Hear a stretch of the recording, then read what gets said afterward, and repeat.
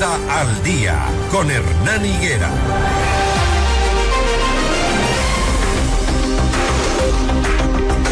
Gracias a quienes reportan la sintonía desde el exterior a través de www.fmmundo.com. Sintonizan Notimundo al Día. Gracias por los mensajes y por los saludos que envía nuestra audiencia también fuera de la patria.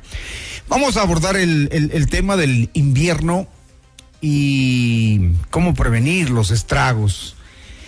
Un tema recurrente, lo hablamos todos los años. No encontramos como país el equilibrio entre lo que es las temporadas de sequedad, de intenso sol, de calor, y lo que es el invierno. No encontramos el equilibrio. Para ninguna de las dos épocas estamos preparados y ya lo hemos visto, ¿no? Lo hemos vivido, es más. Ahora el invierno no da tregua en el país. Cada día se van sumando personas afectadas por los estragos de la época invernal. La cifra de fallecidos, la última que reportó ayer el Servicio Nacional de Riesgos, es de 16 personas fallecidas. Se adicionaron entre el lunes y el martes dos personas más, lamentablemente.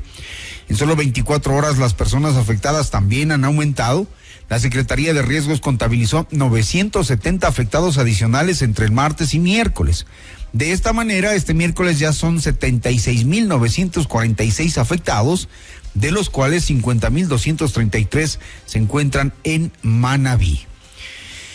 Qué pena, porque mucho tiene que ver el tema del ordenamiento territorial, los trabajos que hacen los organismos seccionales, los organismos de prevención. Fernando Barragán está con nosotros. Él es un experto en riesgos y ordenamiento territorial. ¿Y quién mejor que él para que nos explique por qué tenemos que vivir cada año esto? Contar los fallecidos, contar los afectados, mirar los damnificados, preocuparnos de ello como reacción y nada más. ¿Cómo prevenir los estragos del invierno? Fernando, buenos días. Buenos días, Hernán. Buenos días a toda la audiencia. Gracias por la invitación.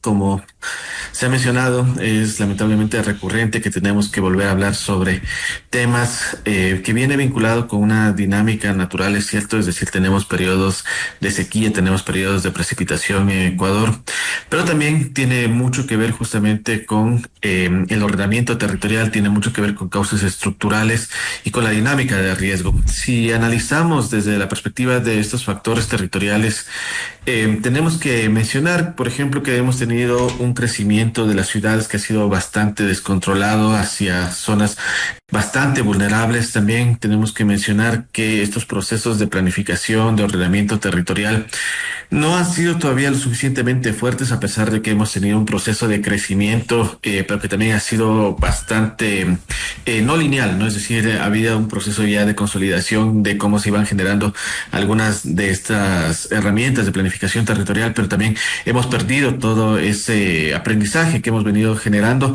por ejemplo, por factores también vinculados con la pandemia, ¿no? Y eso genera que tengamos una debilidad en este tipo de procesos. Y también podemos ir mencionando que tenemos una deficiencia en infraestructura de drenaje, eso no solamente en las áreas urbanas, sino también en áreas rurales, y eso genera una débil capacidad de control de inundaciones, ¿no? También un elemento que quisiera subrayarlo justamente porque mencionamos mucho el invierno, y es que el concepto adecuado para el contexto ecuatoriano no sería tanto hablar de invierno, porque el invierno está definido a partir de la temperatura, y en Ecuador, como sabemos, no tenemos estas variaciones de temperatura, ¿no? Lo que tenemos más bien son variaciones en las cantidades de precipitaciones, por eso preferimos hablar de época lluviosa, época seca, y que además permite evidenciar de mejor manera lo que ha sucedido, ¿no? Por ejemplo, en este momento lo que hemos tenido más bien es una concurrencia de una temperatura elevada con fuertes precipitaciones, y justamente también forman parte de esos factores que inciden en que las precipitaciones sean más elevadas, ¿no? Es decir, también todo este calentamiento que hemos tenido en el mar es el que ha hecho que haya mayor cantidad de evaporación y que eso genere también mayores precipitaciones, ¿no?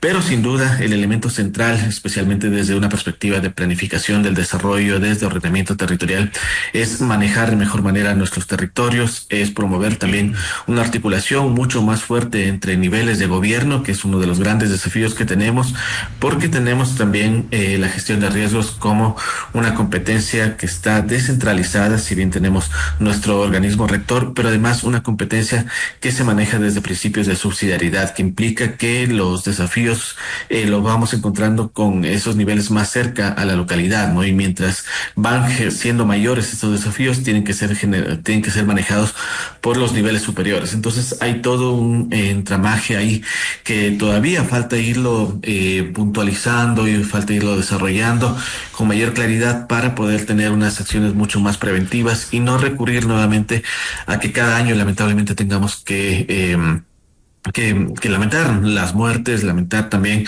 la pérdida de grandes hectáreas de cultivo, tener que lamentar la destrucción de infraestructura, que son elementos que realmente están caotizando el territorio y, bueno, causando evidentemente todo ese sufrimiento en la población.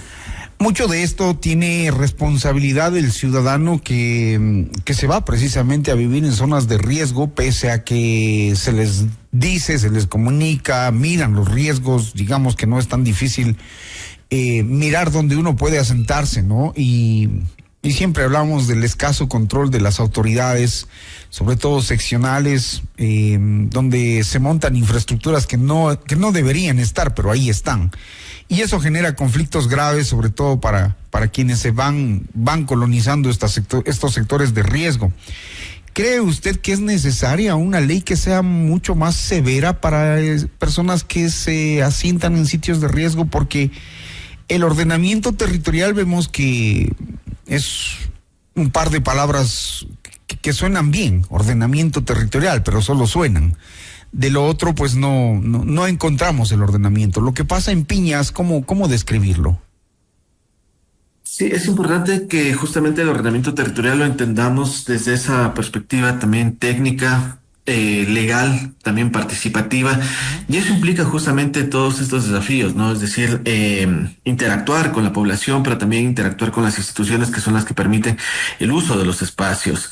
Y ahí tenemos algunas herramientas legales, algunas herramientas institucionales, pero que deben ser todavía fortalecidas. Por ejemplo, tenemos el rol de la Superintendencia de Ordenamiento Territorial, Uso y Gestión de Suelo, que está justamente convocada. Es una institución que lo que busca es hacer justamente estos procesos de control sobre cómo estamos utilizando los espacios, sobre cómo se está ordenando el territorio.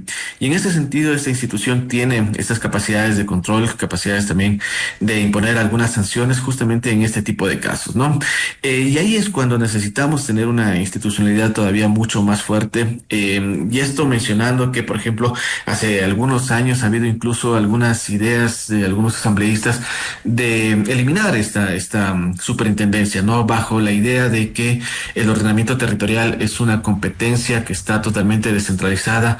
Algunos asambleístas han planteado que no es necesario que haya una institución de control. Sin embargo, justamente este tipo de procesos, como lo que estamos viendo en la actualidad, las inundaciones, el riesgo en general, lo que hace es evidenciar totalmente lo contrario. Lo que hace es evidenciar que si bien el ordenamiento territorial, que si bien la planificación del desarrollo en cada uno de esos niveles de gobierno es una competencia descentralizada, sí se requiere organismos de control, sí se requiere un seguimiento, sí se requiere tener una capacidad de ir velando por cómo se están desarrollando y cómo se pueden ir ejecutando estos derechos territoriales. Los ciudadanos tenemos un derecho a habitar en territorios seguros y para eso hay toda esta armadura de instituciones, de funciones que tienen que seguir cumpliendo.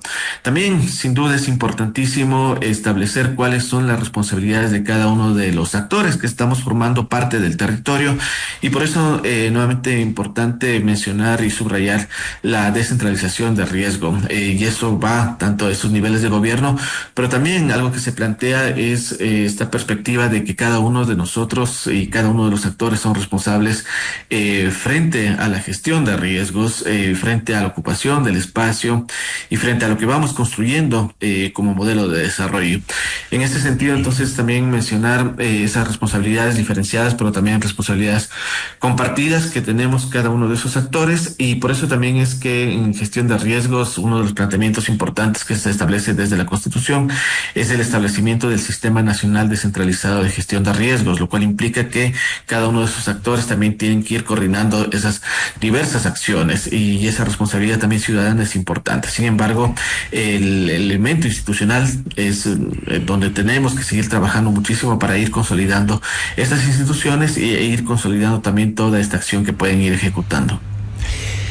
¿Usted cree que a la ciudadanía le interesa el tema de los riesgos a los que se expone cuando decide en algún momento ir a habitar en sitios que son, digamos, bastante peligrosos? ¿Cree que a la gente, a los ciudadanos, les interesa el ordenamiento territorial?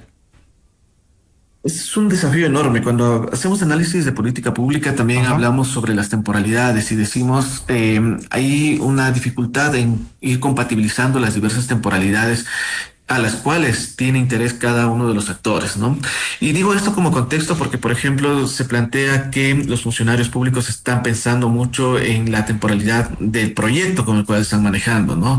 Los políticos están pensando mucho en las temporalidades más vinculadas justamente con estos tiempos políticos, elecciones, ¿no?